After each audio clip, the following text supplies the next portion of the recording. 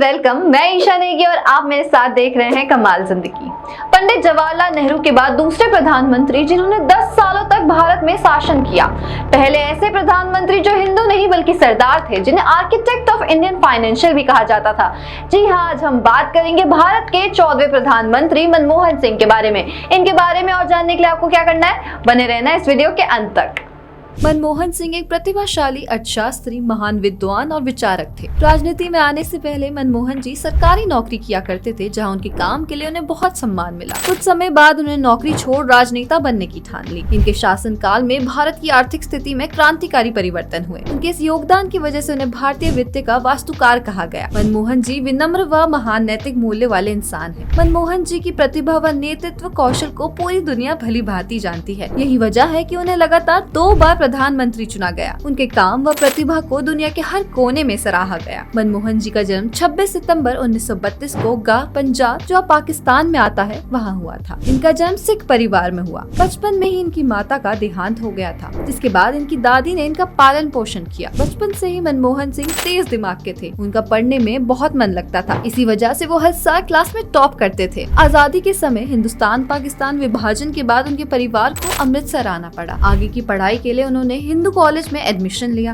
Graduation के लिए मनमोहन सिंह जी चंडीगढ़ गए, जहाँ उन्होंने पंजाब यूनिवर्सिटी से इकोनॉमिक्स में ग्रेजुएशन किया। इसके आगे पढ़ाई के लिए वह कैम्ब्रिज व ऑक्सफोर्ड यूनिवर्सिटी चले गए। पढ़ाई पूरी करने के बाद भारत लौटकर वो Punjab university Delhi school of economics में प्रोफेसर बन गए। 1958 में उन्होंने गुरुशरण कौर से शादी की, जिससे उनको 3 बेटियां उपिंदर, अमृत और दमन हुई। 1991 में मनमोहन सिंह जी ने सरकारी नौकरी छोड़ राजनीति में कदम रखा। इस समय वीपी नरसिम्हा राव प्रधानमंत्री चुने गए थे। उन्होंने अपने कैबिनेट मंत्रालय में मनमोहन सिंह जी को फाइनेंस मिनिस्टर बना दिया। इस समय भारत बहुत बुरे आर्थिक दौर से गुजर रहा था। मनमोहन सिंह जी ने देश की अर्थव्यवस्था सुधारने के लिए कई देशों के दौरे किए। उन्होंने सबसे पहले सत्ता में आते ही लाइसेंस राज नाम की योजना को बंद किया। इसके अंतर्गत किसी भी बिजनेस में अगर कोई बदलाव होता है तो उसके लिए सरकार की अनुमति लेनी होगी। इस योजना से कई प्राइवेट फर्म को फायदा मिला। उन्हें स्वतंत्र बनाने से देश को आर्थिक फायदा मिलने लगा। 1998 में मनमोहन सिंह जी राज्यसभा के सदस्य चुने गए और 1998 से 2004 तक वे राज्यसभा में विपक्ष के नेता रहे। सन 2004 में हुए आम चुनाव में यूपीए सरकार की जीत हुई। इस जीत के बाद कांग्रेस पार्टी के अध्यक्ष सोनिया गांधी ने मनमोहन सिंह जी को भारत का अगला प्रधानमंत्री घोषित किया। राजनीति में वो साफ छवि रखते थे, जिस वजह से हर भारतवासी ने उन्हें दिल से अपनाया। 22 मई 2004 को मनमोहन सिंह जी ने प्रधानमंत्री पद की शपथ ली और उस पद को संभाला। एक अच्छे अर्थशास्त्री होने के नाते उन्होंने देश की अर्थव्यवस्था का पूरा ध्यान दिया और उस मंत्रालय का काम अपनी देख रेख में ही किया। अपने वित्त मंत्री पी चिदम्बरम के साथ मिलकर उन्होंने देश का मार्केट व अर्थव्यवस्था को आगे बढ़ाया। सन 2007 में भारत की हाईएस्ट ग्रॉस डोमेस्टिक प्रोडक्ट की ग्रोथ 9% तक बढ़ गई, जिसके साथ भारत दुनिया के दूसरे नंबर का अर्थव्यवस्था ग्रोथ वाला देश बन गया। मनमोहन जी ने प्रधानमंत्री होने के नाते बहुत सी योजनाएं भी शुरू की। उन्होंने ग्रामीण जनता के कल्याण के लिए राष्ट्रीय ग्रामीण स्वास्थ्य मिशन योजना की शुरुआत की। इस योजना के लिए मनमोहन जी के देश विदेश सभी जगह बहुत सराहना हुई। मनमोहन जी की सरकार के पहले देश में शिक्षा के हालात बहुत खराब थे। मनमोहन जी ने शिक्षण क्षेत्र में सुधार के लिए बहुत मेहनत की। इस दौरान शिक्षा के क्षेत्र में उल्लेखनीय बदलाव आए। यूपीए सरकार ने गांव व छोटी जाति जनजाति में हायर शिक्षा के लिए अभियान भी चलाए। उस समय कुछ पार्टी आरक्षण के खिलाफ भी थी। वो मेरिट में आए सभी बच्चों को योग्यता के अनुसार न्याय दिलाना चाहती थी। उनकी इस बात पर मनमोहन जी ने काम भी किया। मनमोहन जी की सरकार ने आतंकवाद के खिलाफ कड़े कानून बनाए। 2008 में हुए आतंकवादी हमले के बाद मनमोहन जी ने नेशनल इन्वेस्टिगेशन एजेंसी का गठन किया,